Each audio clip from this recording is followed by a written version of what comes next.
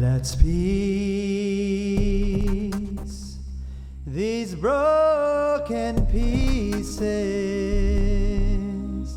together.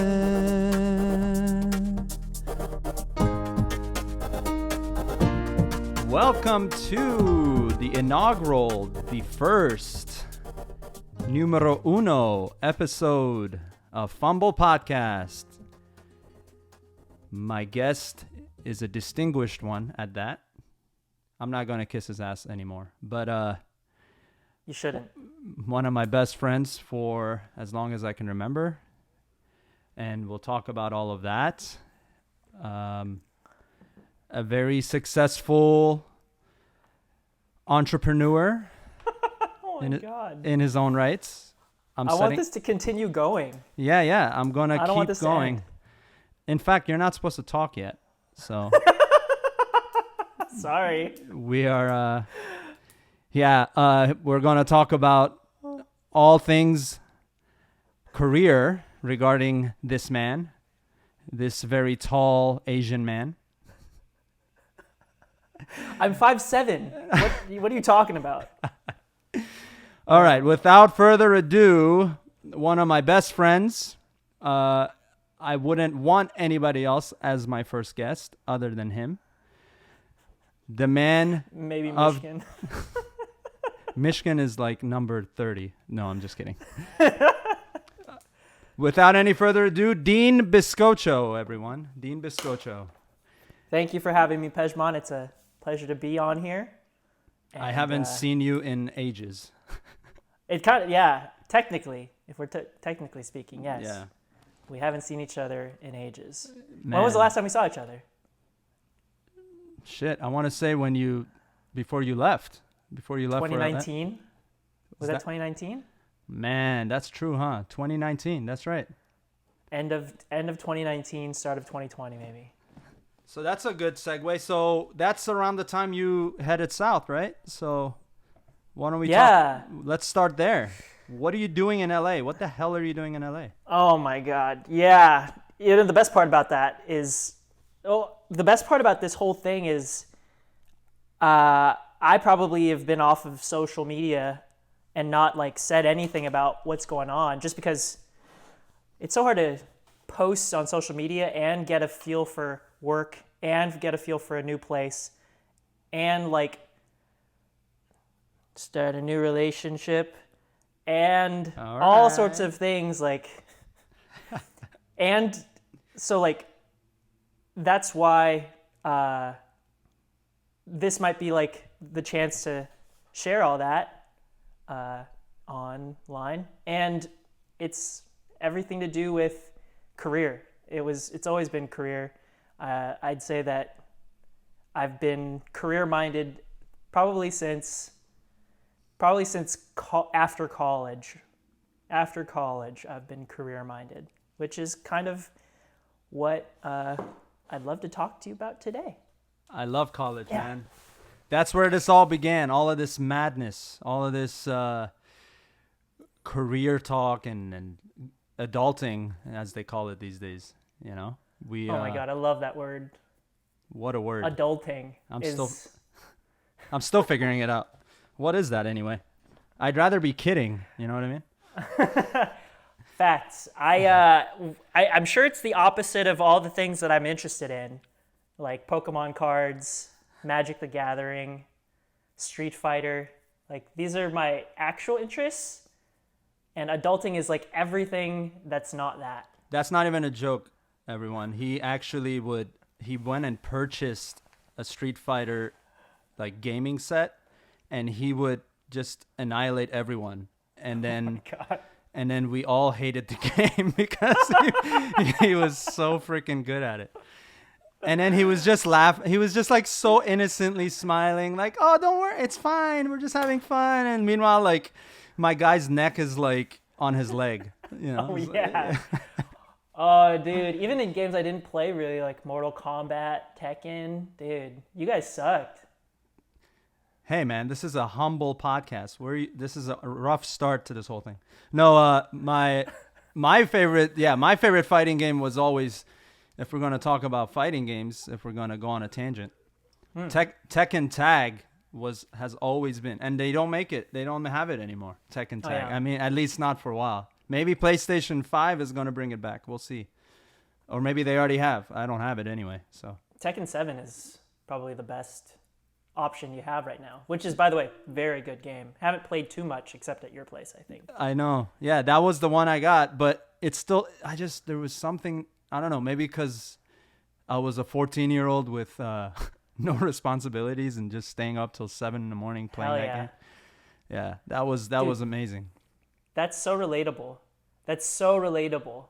Like, yeah. Actually, to talk about that, I feel like when we're talking about adulting, I feel like it relates a lot to like acquiring the resources necessary so that I can revert back to those moments of like staying home and playing video games or being able to, like, I don't know, party with friends, which is like, you know, that is the end all be all, I think, at least for me right now.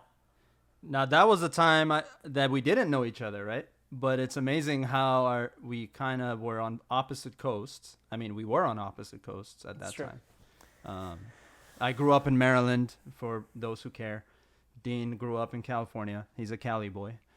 Yeah, and given all of there's a lot of cultural differences, honestly, between East and West Coast.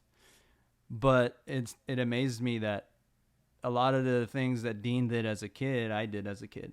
And it was just, maybe it was the product of being children of immigrants, but I don't know. It might be. Probably, man. It's got to be. That's got to be one of our big parallels for sure, is like our parents were not born here. So they could not explain to us what the culture was here. We were able to find our own culture by watching TV and absorbing things from just everywhere. I liked magazines too. Yeah. And I mean, that was we both liked WWE, Undertaker. Like, how did all these things come together? And then he retired, man. Speaking of which, crazy. Yeah, he finally retired. I never thought a dead man could retire, but he retired. Nice. That's good. But yeah, man. It was true. Now, I wasn't born in America, as Dean was. So, future president over here. We're looking at our next president here. Glad to be there. I don't have that privilege. However, I love everything about this country, and it shaped me into who I am today. Grew up in Maryland, but again, it's amazing how much we had in common. Games, magazines. I'm sure a few girly magazines you had. I don't know. I only just like nerdy ones. They're only nerdy ones about girly math. magazines. Math porn. Oh, yeah. Oh, my God. Deanie, loving math porn. Again, Pokemon cards, Magic the Gathering. I like, oh, my God. I could go on and on, but, dude, like. How about that Pokemon show that was on TV when we were kids? Remember that? 1,000%. I remember running home because for us, it started at 3:00. At least when school ended, I would run home to watch it. Yeah, I literally would wake up early before I had to, be taken to school. I would wake up early around 7:30 in the morning, and then I'd go and lie on our couch in our apartment, and I was watching like Pokemon, or I was watching Ninja Turtles. And that's why my English is so good today. That's where I learned my. It is really good. English really is good. It was between that and then on my days like that, there was no school during the weekdays. 1:00, my mom would turn on Days of Our Lives, and I would freaking watch it with her, dude. I'm not even ashamed. That show has been going on for, I think, 800 years. Is it still running? I don't know if it is. I feel like it's done now, but finally. But my mom would watch that, and we both would just, like, even till this day, we reminisce about that, my mom and I. It's hilarious. Days of Our Lives. Jeez, man. So, yeah. Speaking of Days of Our Lives, man. Yeah. Well, not the show, man. Like that's kind of what it feels like right now, doesn't it? So totally It's does, just man. literally day to day. So tell me, you were living in, so shortly after college, we want to say what, 2012, 2011, 2012, yeah. Yeah, You were exactly. you were headed to what you studied. You got your first job in civil engineering. Am I right? Yeah, that's right. Okay. Right. So Dude, tell us. so Tell yeah. us about that. Oh my God. I love how we're going to do a little jaunt through my career, but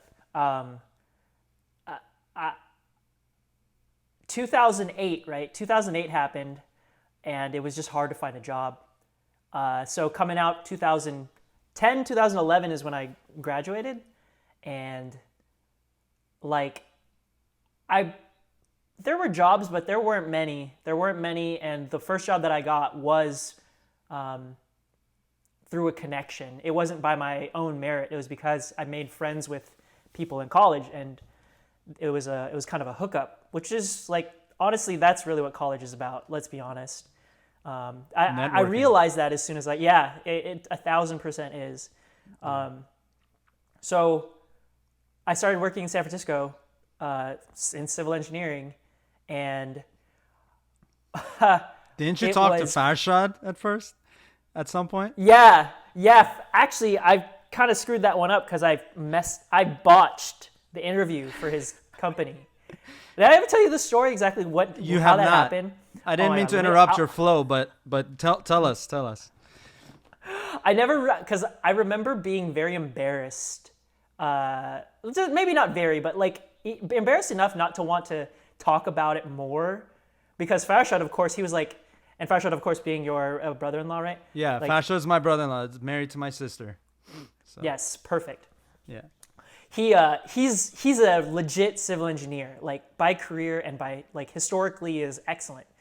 And he was high ranking, so he was able to offer me an interview immediately with his company. And I prepared a certain amount for it, and I felt ready.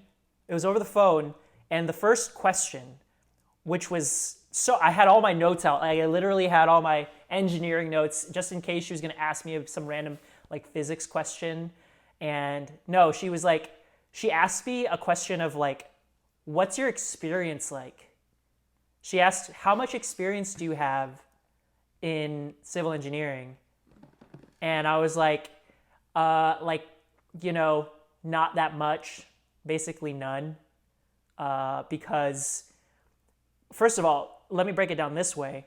I got into civil engineering mostly because my parents felt like it was like a lucrative career, and it is. And my dad is a bit of he's not a like legitimate certified engineer, which you have to be certified to be called like a professional engineer or whatever. But he was basically an engineer tech. So he has an engineering background for sure. But my background in engineering was college only. The people I realized in the industry have like probably been building shit since they were little and like were, kids of construction workers and shit like that. And so they knew civil engineering was like part of their day-to-day life. And when I realized that during the interview, I was like, I actually don't have much experience at all. And I tried to be honest, and honesty got me nowhere in that conversation. I'll be honest, man. Wow. She basically like that conversation. Lesson of this episode. The lesson for this episode is lie, everyone. No. Lie, fluff it up a little. No. I'm actually so proud of you for being honest despite that. I mean that's something noble. There's something noble there. So but continue. It was very much a sign. And I love your dad, by the way. Miss that man. I haven't seen him longer than I haven't seen him. No. He's doing well. He's doing strong. I uploaded some old videos from like my childhood for him to watch. That's actually one thing that I've been really into recently is turning old VHS tapes and like old photo albums into like digital. Yeah. so that they can enjoy that, and they are like they're loving it, That's loving it. amazing. That's So amazing. he's chilling. I remember God. So Farshad, Right. to go back to that story, like I botched that interview. Did not get a call back. Farshad, as soon as he saw me, was like, "How did it go?" And I was like, "Oh, it was all right, but I don't know. You know, I haven't heard back." And You told me to say I have no experience. Oh my God. Damn it, Farshad. I blame you, bro. Oh my God. He really like hooked it up with that one, honestly. But it's probably for the best, because I should have known by that time that there was a lack of alignment between me and that particular field. Yeah. You know what I mean? Yeah. Because like it's not like I was making shit or building shit like that. Yeah. Like civil engineering stuff in my day to day. But that led you to your next interview or your next opportunity? Yeah. Yeah. Oh, okay. Yeah. So eventually, I did find work in like 2013 or something, 12 or 13. That's right. Like I was an intern. I was doing all sorts of internship stuff after graduation, and then finally landed a job in San Francisco. I was working. I was doing some like civil infrastructure type work, which is like roadways and sidewalks. All right. And we would make them, like legit break old ones and then replace them with new ones. Wow. And San Francisco has a few different projects that probably are still standing right now that I had a hand in, and it's cool. It is cool if you're into that. Yeah. But I think distinctly for me, I have such an alignment with like digital work that, and I really don't like waking up at like the butt crack of dawn. And I remember that. I remember you were like almost crying every time. Dude, okay, listen to this, guys. This man, Dean. All right, to give a background of how we know each other, because it all ties in. So, first of all, we got to rep our alma mater, UC Davis. Rep it. Day. Yeah, man. Aggies, baby. Aggies, baby. I don't own Never said one. that in my life. I don't own one. Wait, we went to Davis and you freaking bought like a shitload of stuff. Oh, I've got all the Davis stuff. Yeah, I'm proud of my Davis shit. Yeah, I know. Hell yeah. I was working at Target, so I couldn't afford it at that time. But yeah. But so yeah, back in 2009, Dean, myself, Chase, and JP, we start of 2010, I want to say, is when I actually ran into JP in Davis on campus. I guess it was the Coho, and he was Coho. You remember that? Yeah, I remember the Coho. I haven't heard that word in so long. There was the Soho, and then there was the Coho. I remember. That's all I remember from college. And so, JP goes, "Hey, we need a fourth roommate. You down?" I was like, all right. Like, I was literally getting like I was getting a gyro or gyro, how it's called so many different things. A gyro. Remember that food truck down there? Yeah, I was at that food truck, and JP comes to me. He's like, "Hey, we need a fourth roommate. Dean and Chase are in." I was like, "Yeah, okay. I hate my place." That's literally how it happened. And then it was that easy, but then it led to one of the most memorable years of my life. I still have so many amazing memories from that year. 147. So anybody who goes, yeah, man, I don't care, dude. What are they gonna do? Yeah, we don't live there anymore, guys. But yeah, the college is it was the where we ended up in 2010 to 2011, and what a year that was, and so many pranks, so many fun memories. Oh my God, there was like. I would come home from class and like Dean is like playing my keyboard in my room and like listening to, oh my God, because it was so Dean and JP were roommates, and then Chase had his own room and I had my own room because we're bougie like that. And then freaking, I had a keyboard because, music, mostly, I'm a musician. And then Dean also, hidden talent, by the way, also a musician in his family, runs in his family, Mr. Biscocho. Also a musician. He has a band. Crazy. Anyway, so, many, many fun memories. So that year is where Dean and I essentially became brothers from different mothers, as they say. And then it was just, and that was the year he was studying his civil engineering. And then we wrapped up that year. We all eventually graduated, and JP went to Denver for some reason. I know why he went to Denver. Yeah, it was at Teach for America, I think. I got to get him on here. That's right, TFA. Yeah. And then Dean, so did you move out of there and you went back home, right? You went to Tracy eventually? Initially, yeah.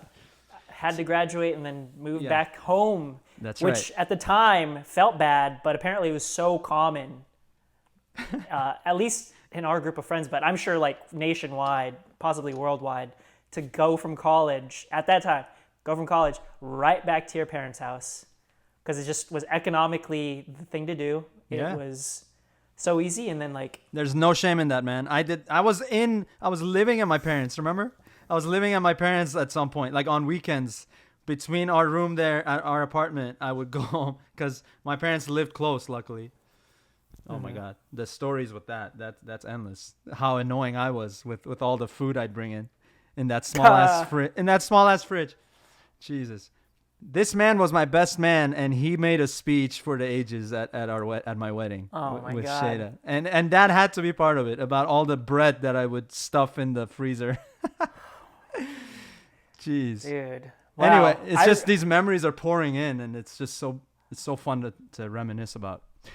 But I want to keep on track. I don't want the audience to think, what the hell are they talking about? But so yeah, we moved out of there. You went back to Tracy, and then let us know what happened after that. It was hard sailing just because jobs were scarce, and my I guess I wasn't completely sold on what the rest of my life should look like. I had an idea that, you kind of carry with you from like even childhood of like, get a job that pays, save retirement, find someone you love, have kids, all that sort of thing. And then, the first part of that, like finding the job, was just like, this is, I better get this right. Because I think a lot of existential crisis set in after, if I'm being honest, like there was some moments of like, this is what life is supposed to be like for the rest of, and that unreal pressure that we all put on ourselves. I know what you mean. It's scary. It's a little dark. Just because, you don't ever want to sort of face your inadequacy ever. Yeah. And then here you are kind of like at your physical peak, ready to do your thing. And then, I don't know, you just don't have that little spark. So the key for me was just like, okay, what's the spark? What's the thing that will kind of get me out of bed? Because honestly, getting out of bed at 6 a.m. to get to a job site, to do construction work and construction management is like, it's not the business. At least it's not for me. You know what I mean? So you learned though. You learned. You definitely. I mean, and some people love it. By the way, Farshad being one, right? He's still doing that. 25, 30 years of it. He's been on it nonstop. I love that Farshad. He owns it. Like his like personality is so like perfect, I think, because he's sort of how do I call it? He's sort of unrelenting, and he's incredibly sharp, and he always has like a certain sense of humor too about him. Yeah. So all those three things work very well, especially in that field, in my opinion. If he was here right now, he would just say, "No, don't talk about me." My God, yeah. Farshad's good, man. He was, yeah, but anyway, enough about him. I'll have him on that later. But dude, Let's kick him later. I'll kick him. You can jump on too. He was, yeah. Farshad is a creature of routine, though, man. He can do the same thing every day, and he's happy with that. Me and I think you, if I can say this, I like routine to a degree because it helps me to stay organized. And I'll speak for myself because I don't know if you're like this, but yeah, I don't. I mean, you know my love for my passions, what they are, but I keep those routine, but everything else I like to shuffle through, right? Like you mix it up. Yeah, I try to mix it up. For me, it's all about this, right? Mental health is huge for me. So like, the older I get, the more I realize how important it is to keep this tip-top shape. So mixing it up is huge at doing that. Yeah, it's gone. No, I was just saying it's huge to me, and every day that is my number one thing to keep prime, because I even started taking Alpha Brain. Here's a free plug for Alpha Brain, but a company called On It. Anyway, I posted a IG live about it. How's it helping? How's it working for you? You know me. I joke a lot. I say a lot of I BS a lot, but I never lie, right? I'm always honest. And that I can tell you I felt it. I felt the difference. And now I'm a subscriber. I subscribe to monthly shipments of it. Maybe monthly or maybe 90 days but anyway, it does work. I felt it in the middle of my lessons. I would feel like, oh wow, I'm on top of my lesson plan. I'm on top of being present, and that was the hardest, is being present, right? The older I got, it helps with being present. Absolutely. Cognitive awareness. I'll tell you. Yeah, anyway, we can talk about Alpha Brain another time, but it does work. So if anybody out there who is dealing with that, like how I did, I could feel myself slipping at times throughout the day. That afternoon, 3:00 where that fatigue kicks in, and then the last thing you want to do is focus. It helped me a lot for that, and there's no caffeine in it, which is great. So. Oh, that is good. Yeah. You know me with Too caffeine. Much coffee. Oh my God. You're a fucking fiend. You're a fiend. Anyway, enough about me. It's about you today. Tomorrow it's about me.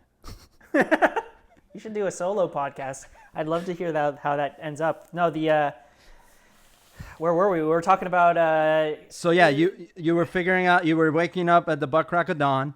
Yeah. And then you hated it.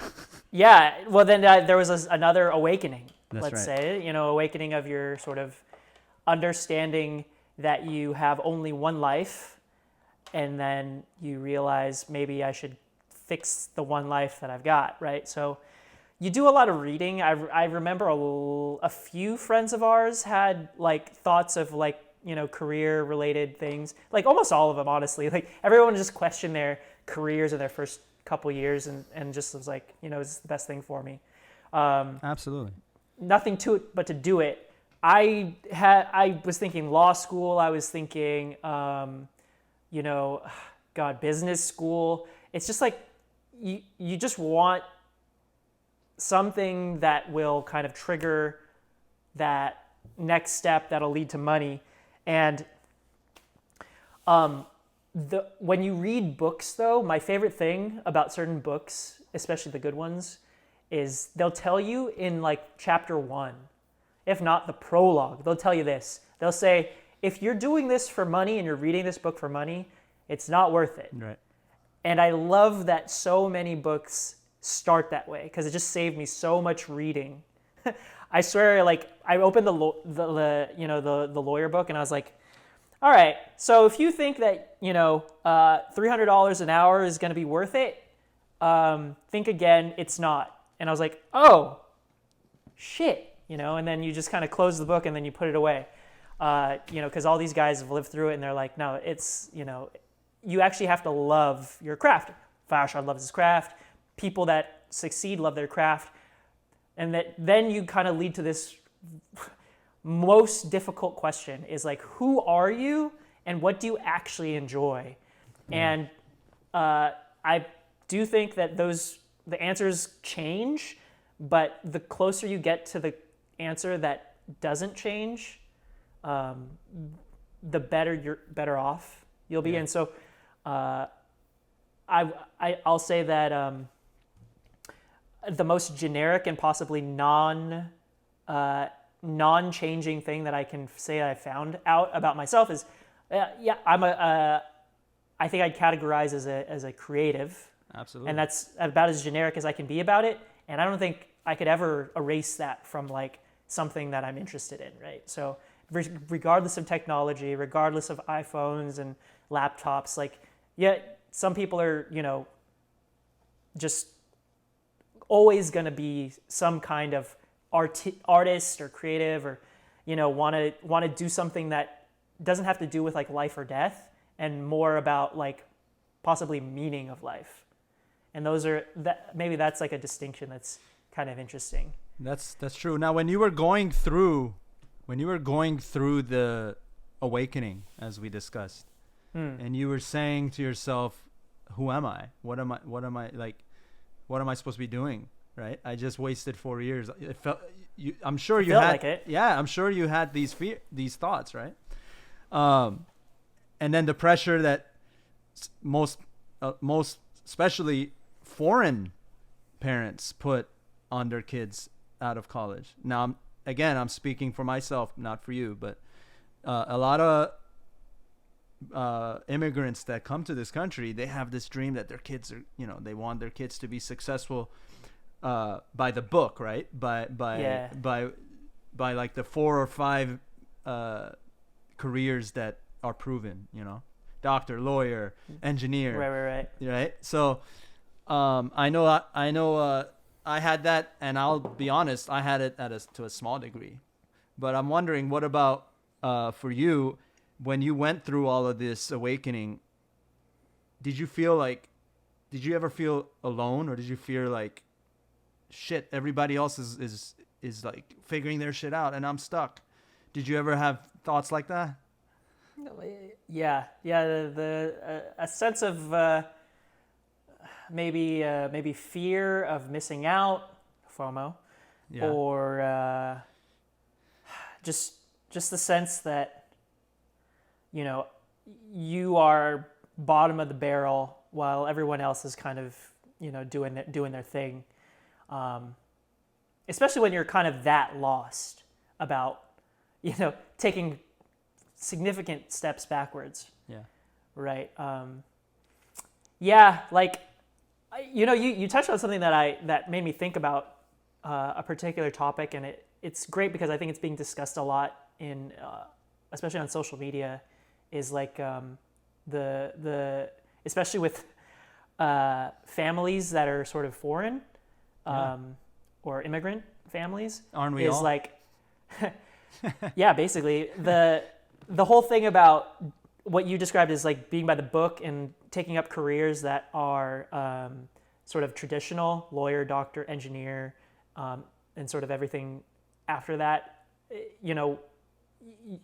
I feel like with our upbringing, like those categories are just swirling around so much because everyone wants you to do well and do the best for you, or for you to do the best for yourself. And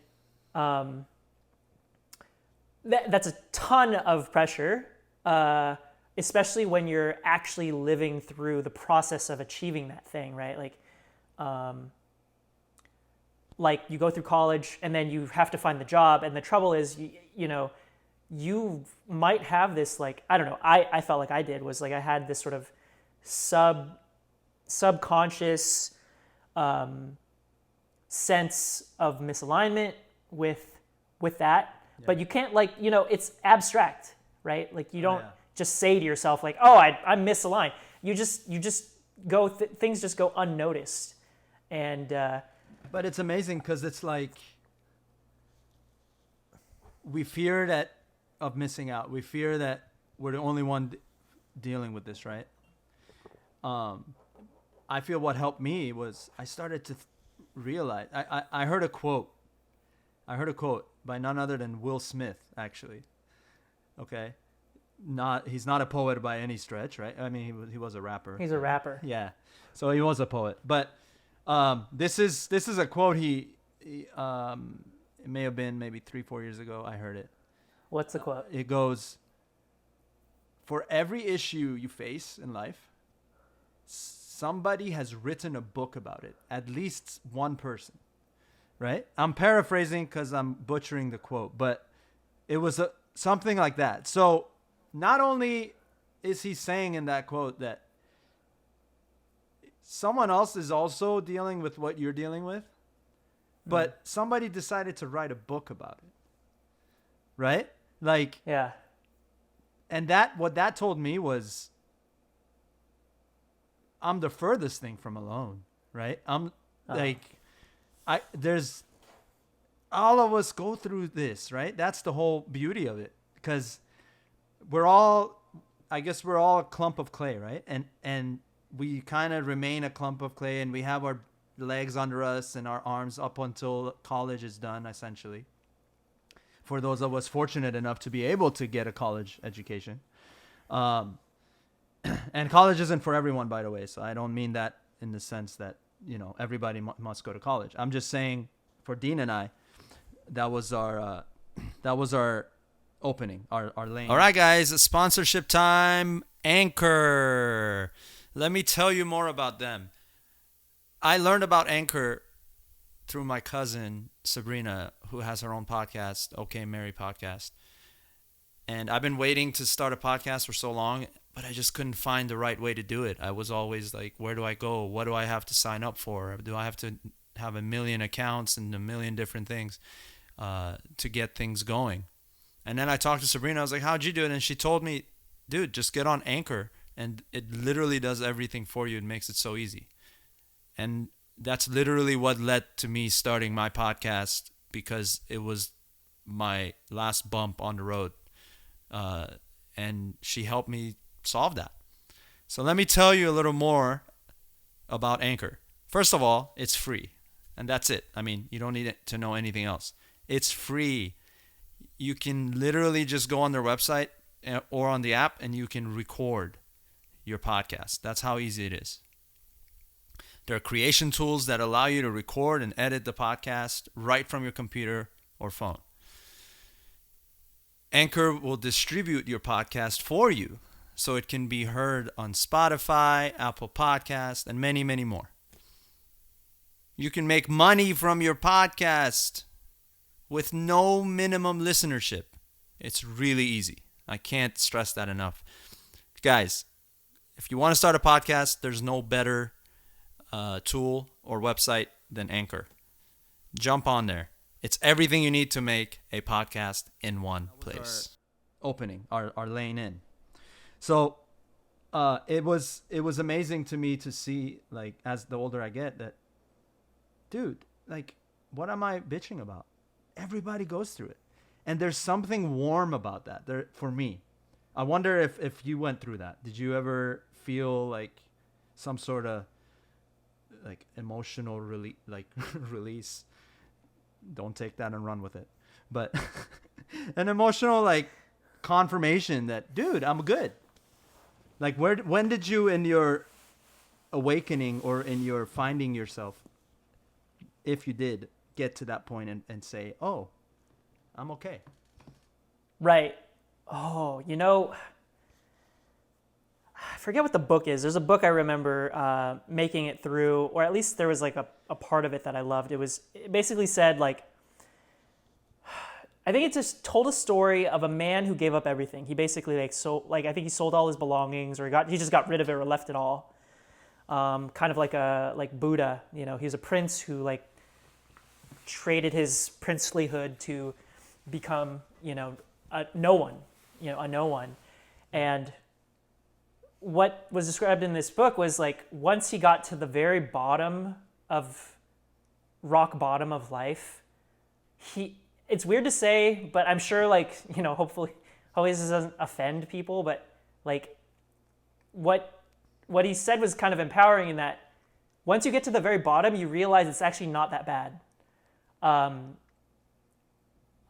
I know you can pick that apart, but I guess what he's saying is, especially when it comes from a financial perspective, when you have no money and no belongings, and like you're actually maybe even struggling for food to some degree, and he was like, I think he was just eating bread and like drinking water. That was his only sustenance. Mm-hmm. When he reflected on that, he was like, this honestly isn't that bad. So when I read that piece, I was like, oh, this, and you look around and you're like, this isn't that bad. Yeah. So it is empowering in that way to like say, I can work with this. Yep. Is the idea.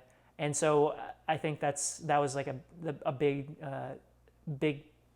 stepping point. Sure. No, that's cool. That's, yeah. And it's different for everyone. Based on what you've said so far, books are a major tool in your discovering your career or discovering what you wanted to do next, which we're going to get into. And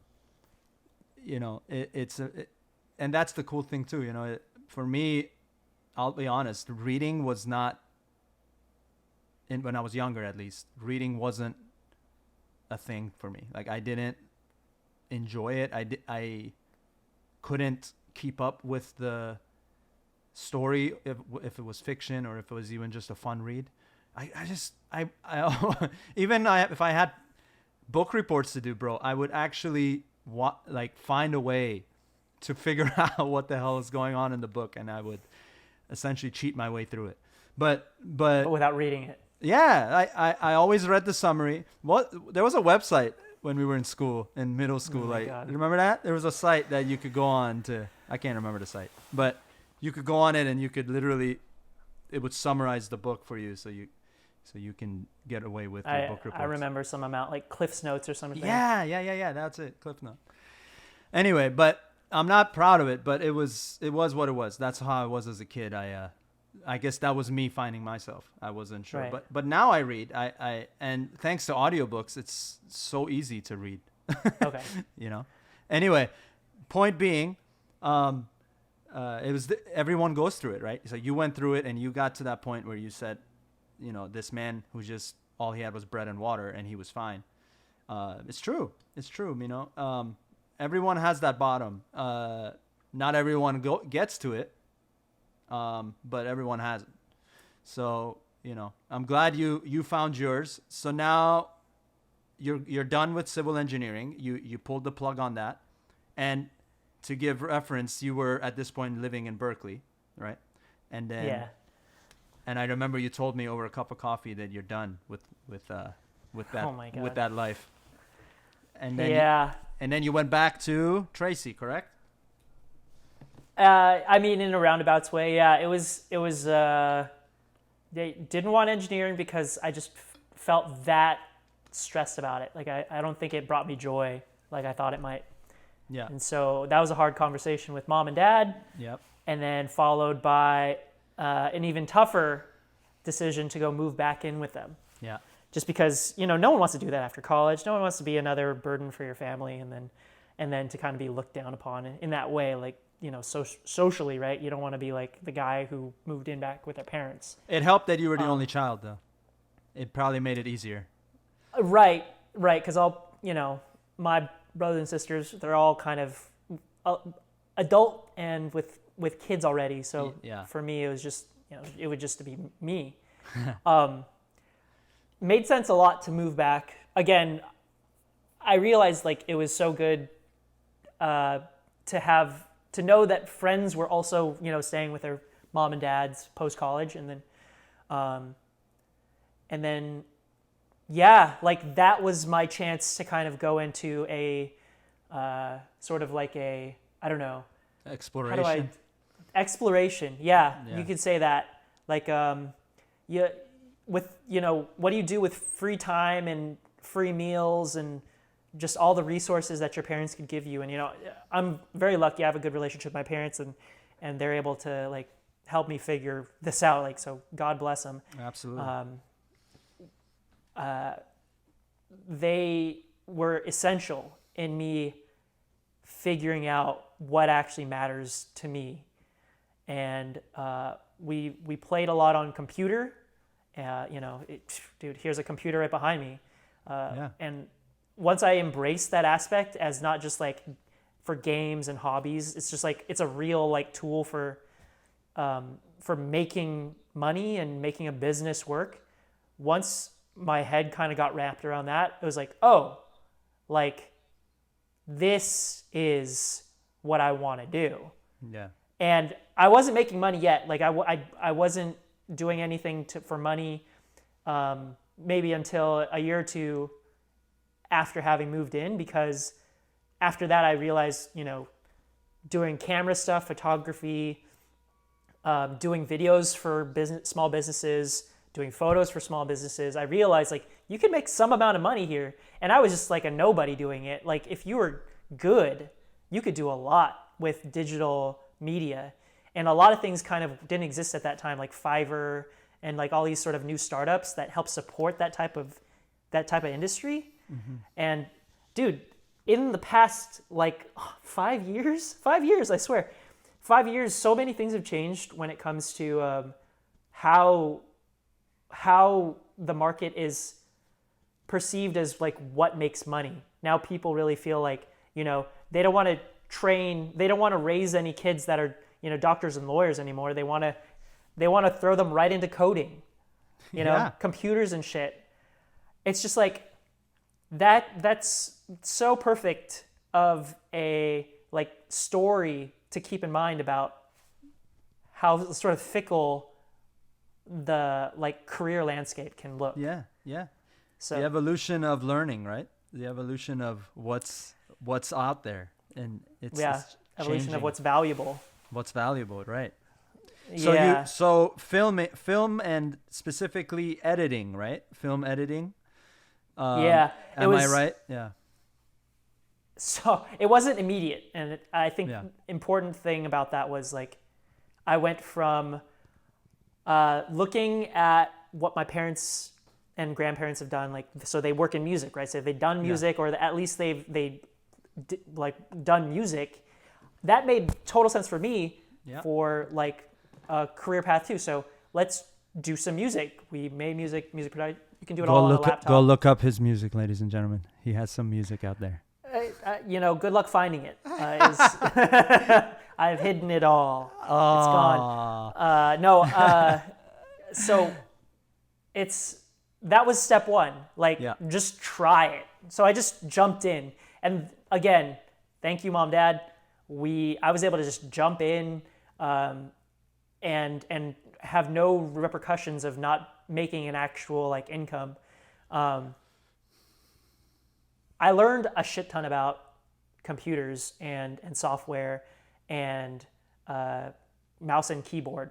So within that amount of time, I became very I became especially a power user with like computers and stuff like that, because I had to work through like hardware issues and software issues galore. Oh man.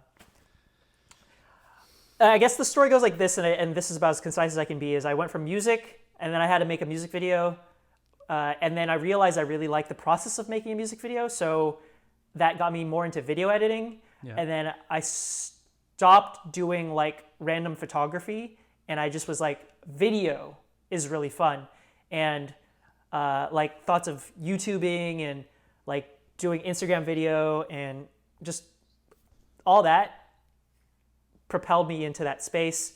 Then I became like a in-house video editor for a company in Sacramento. That's then from there, I started working for an editing company, like a what do you call it? Like a media house or like an advertising agency, here in LA. And that's kind of the fast forwarded version of the career. That's right. And so that's within that short amount of time, that's where you turn the dial a little bit, and then just like boom. I personally think once you, I think my favorite part about it is as soon as you align with something, and you find like, oh, that's what I want, and you have that moment, this is how fast things come. Like all the good things that you want in your life, they just sort of like, my own place. That's right. A place that a place that I like, and has food and entertainment everywhere, and like whatever you're into, you'll just be able to go towards it once you align with something. I'm so happy you found your niche, man. That's how I would describe it. That was your niche. You found your lane. You went through the unknowns, which is, by the way, when we feel the most vulnerable, I think. And then you went through that. I guess you could call that your bottom. And then you figured it out.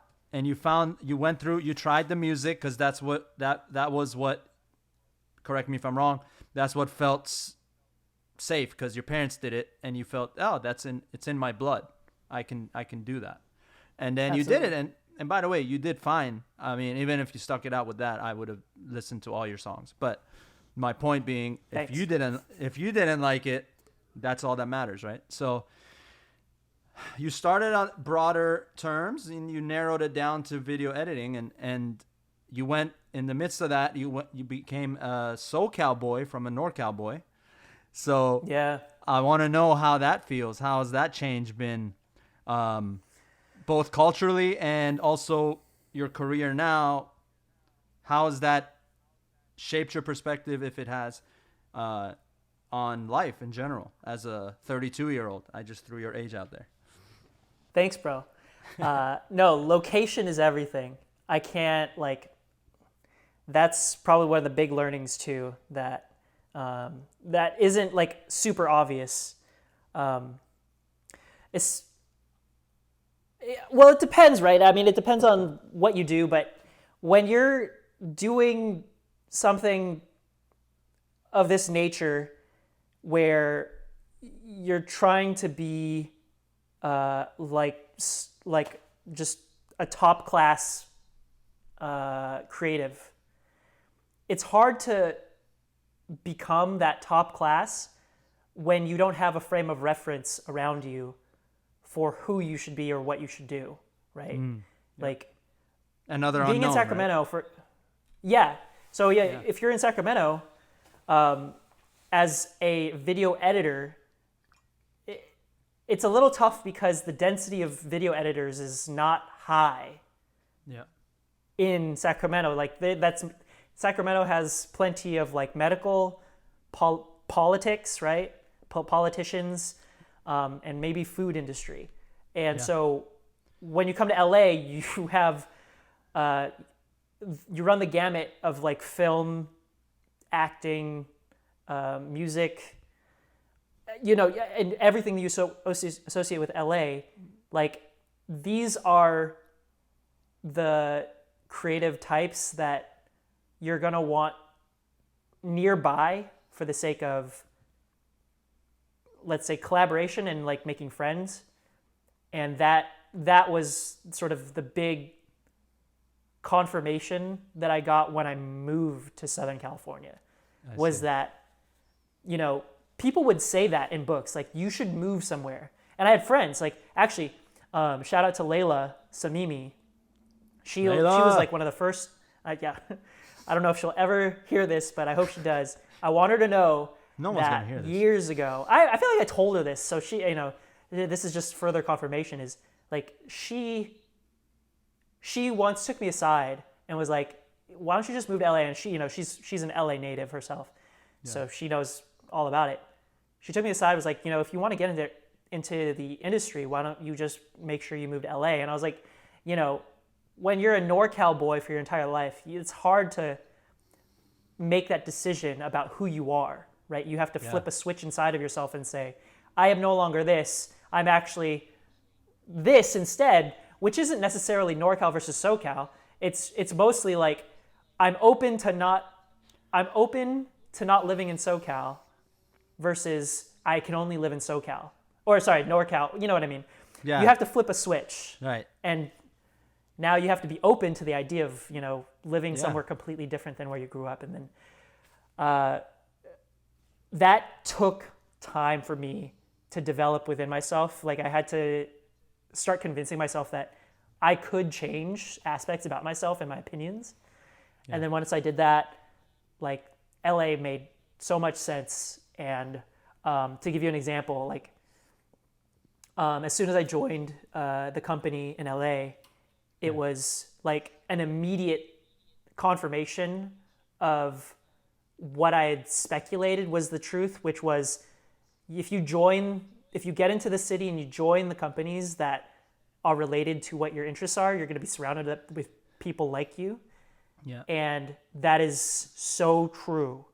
Like you go to Silicon Valley and shout out to Michigan, for example. You go to Silicon Valley, you're going to be surrounded by Michigans, like really sharp, hard workers that are incredibly nerdy. We mean that in the best way possible. And very importantly, I'm very nerdy, but not in a useful way. No,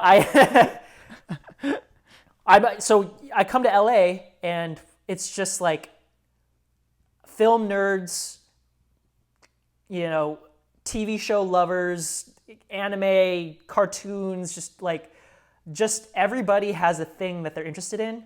And then some of them are highly accomplished within their respective industries. Like I had a friend who worked for Nickelodeon for a good while, had an animated show she was pitching. And like when I moved into my apartment, my neighbor worked for Interscope as a recruiter. Like there was just so many like indications of like, oh, this is just where people are. Oh, can I, this is my most recent one. I love this. The professor? We're out of time. You're done. No. You got to listen. You got to listen to this story. Do you know the professor, right? The basketball player. Of course, yeah. Okay. Love this guy, right? He was important since we were like in middle school, right? Like oh my he God. was and one, the bro. man. And he's still the man because he has an awesome dope ass YouTube channel, right? Yeah, he does. Where he's creating content all the time. I'm in a gym here in LA. One of the coaches at the gym was telling me what he did for a living besides being a coach. He is and I don't want to out him, but he's the full-time editor for The Professor. The Professor. He's like the So all these million views on YouTube, he was the one who like put together those videos about The Professor. Of course, The Professor is like, the whole reason why we're watching it. But, they have to be good videos. So it was him. He makes it in Final Cut, and then he publishes it out of his apartment here in LA. I was just like, dude, how do you even know The Professor? I mean, he is The Professor's cousin. So you know the Spider-Man video that he did? Yeah. Like, he was on the court filming it. And I was just like, dude, how? It's crazy. And that's just kind of what happens out here. Like, you just run into people that are in the industry. Can I just say how mad I am at you for not telling me about this until this moment right now? I just knowing how passionate I am about basketball. No, I'm kidding. That's amazing, dude, man. And I think the gist of what you're saying is once you move there, right? You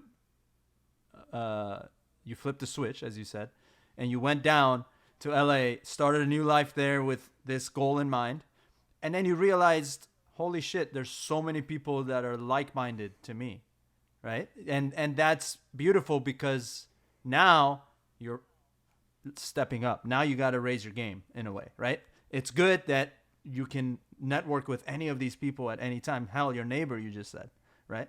And then you go on, and then you're surrounded by what you want to be. And then there's the old saying that I can get cheesy with my old sayings because I've already used 3 of them. But surround yourself by people you aspire to be like, right? And that's literally what you did. And kudos to you. That's awesome. And as a result of your move to LA, you found yourself a little romance. Oh, yeah. That was big. That's big. I mean, especially considering no one wants to be alone right now. right? I know. But it goes beyond that, right? You want to find something that's real, and you don't want a bunch of hookups or whatever. Yeah. And The fact that you I found your romance when no one can see each other, that is says something, huh? yeah, that It's says something. impressive. Yeah, it It's is. impressive. I'm impressed. I'm very fortunate. I mean, that's such an understatement. I think what had happened was, and I'll use that word, and you can make it my word of the day, is that alignment aspect of like, once you feel like you're already going in the right direction, things just develop so quickly, and efficiently, and you don't doubt yourself anymore. You just go with what's going on. And so by that time, I felt like career was going well. I was in a good place, like, and I was enjoying the weather. Like, why would it was perfect in LA by that time, especially when Corona had started. So, What's Corona? why? Go ahead. Once that kind of once that kind of settled in, I was like, why not? Why not try to figure this part of my life now? Because you neglect it. I've personally neglected it. Like, I didn't really pursue relationships as much as I should have, because frankly, I was very like caught up in career related stuff, right? Yeah. So once you have a career stuff, relationships actually kind of And helped, yeah. or like worked out very well. Which that's how it. I mean, that was your, I guess you could call, order of operations, right? Yeah. Your career was. That's very specific to me. Yeah. I definitely don't want. I don't want to say that other people should follow that particular path. Like, I know that timing can be different for other people for sure. So I don't want to ever put that out there as like, you have to do it this way. But for me, or people like me, maybe it'll help to like get one side of the coin fixed and then flip the coin and then get that going. That's it. And I think to button up this beautiful conversation on your journey and how it's shaped your perspective on life, your relationship, your career, everything you've mentioned thus far, where you were and how it's going, like how they say. It's it's like you spend your 20s figuring your shit out, right? Yeah. You got through your college days in your early 20s. You spend a few years fine-tuning what you wanted to be, what you wanted to do for the remainder of your career and life.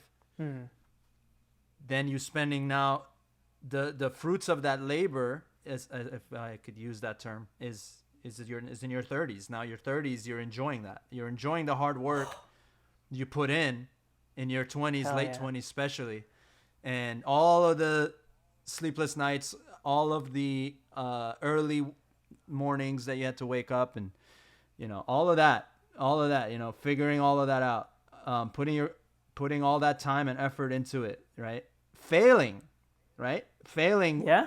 after you quit a career, right, that Yeah. was initially for your family, not for you found out. And then you go through it, and then you get to a point where you're like, damn, I'm failing. And then you kept reading, and you kept trying. And as you were failing, you were also winning, because you were figuring it out. Yeah, you were correcting. Yeah. You were shaping your clump of clay to what this beautiful Filipino man is now. Not bad. That's enough. Okay. No. End the podcast now. But yeah, no, that's awesome, man. 32, and you got so much good coming for you, if not already, and I'm so happy for where you are and where you're going. Even though I missed the hell out of you out here in Sacramento, I couldn't be happier for where you are in life. And if there's anything you want to plug it away, because then you're done. Okay. Yeah. If you want to any music that you're interested in, any games that you're into recently. I see the Xbox controller back there. That's So. right. That's right. I'll say this is we're gonna get into some good fun projects 2021 and on, just because we're on an upward trajectory. We're on an upward spiral. Just follow, and if you by the way, I'll say this. I actually like this is like I think we've all learned after 2020, like a lot of things that we thought mattered don't matter, and a lot of things we don't really think actually matter a lot. So we need to have a whole other podcast on that, by the way. Honestly. Here's my stance. Yeah, it really is huge, man. Like my stance on this is when you have an inkling that something isn't good for you or like your personality, try your best to immediately remove it. And then when you do find some amount of joy or like goodness, do your best to try to note it and then try to repeat it somehow in your future. Like, I guess, for example, and I've been loving this, is like if you're on social media and you see that you like are, you're scrolling through your social media and you see something you don't like, don't just scroll past it. What I recommend, and just like in your emails, you unsubscribe or you unfollow or you mute, and just people don't like their phones because it's just like full of stuff that they don't want to see potentially. Yeah. A lot of what is happening right now with tech is they're giving you the option to not see those things that you don't want to see anymore, because no one cares to see particular things, and like Apple's now and like all the apps are making it an option for you to only put the stuff you want. I think the social dilemma had a lot to do with that, by the way. Oh, huge. Yeah. Oh my God. Netflix has been doing such good stuff for like helping people identify what they want in their life and not. It's true. That's awesome, man. But yeah. So everyone, delete everything off your phone. Unfollow me. Unfollow Dean the producer. Don't listen to this podcast, and you will be happy. Honestly, we don't need fake friends. People don't need fake friends. People don't need fake followers. If you like stuff, thumbs it up. Do what you can. Yeah. It's true, man. Yeah. It's true. And don't fool anyone. Exactly. And that's a good place to bring this one to a close. I know a lot of podcasts like to, say follow this, follow that. I have all of that. If you care to follow, please do. I don't want you to follow if you don't like it, right? That's the point. Give it a follow, on Instagram, it's Fumble Podcast, and Twitter, it's Humble Podcast P, and also Facebook, Fumble Podcast. So any of those, if you liked what you heard today, there's more of these vibes and these types of conversations. And again, this was episode 1. I'm figuring out this podcast game as we go, and I'm planning on making it better and better with each episode. But I couldn't have any better man, like I said, than this guy right here, because him and I discussed podcasting initially, and he fine-tuned his career, and podcasting ended up being what I needed to do. And nice. I'm so happy that I'm doing it, and I'm doing it first with you. Thanks, Pedron. That does mean a lot, man. Aren't we just figuring it out? We're all just doing things right now. I love it, man. 30s are the besties. I love it. Thank you guys for listening. I love it. Dean, anything else? That's it. Let's go eat dinner. All right. I'm not hungry. Okay. See you guys.